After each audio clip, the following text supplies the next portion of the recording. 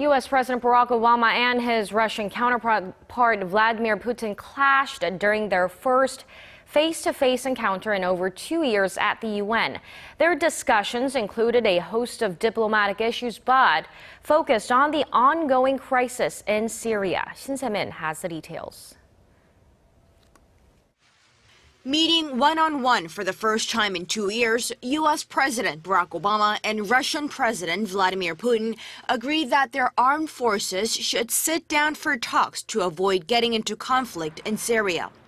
Obama reiterated Washington's stance that a peace plan must not include a return to the status quo in Syria under the current President Bashar al Assad.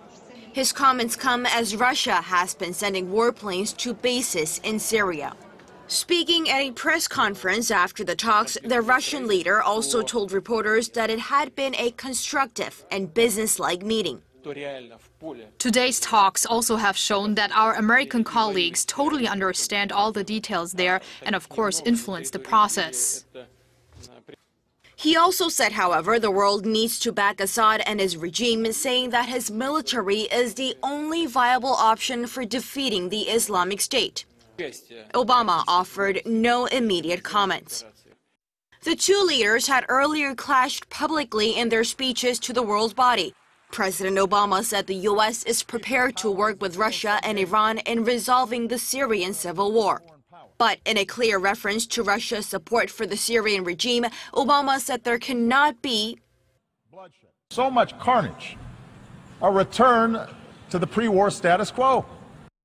Later in his address, Putin shot back at Obama, saying foreign interference has resulted in the destruction of institutions, referring to the crisis in Libya and the Syrian civil war.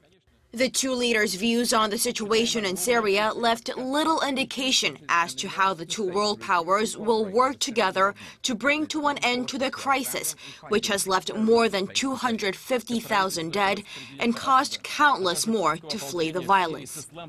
Shin Se, Arirang News.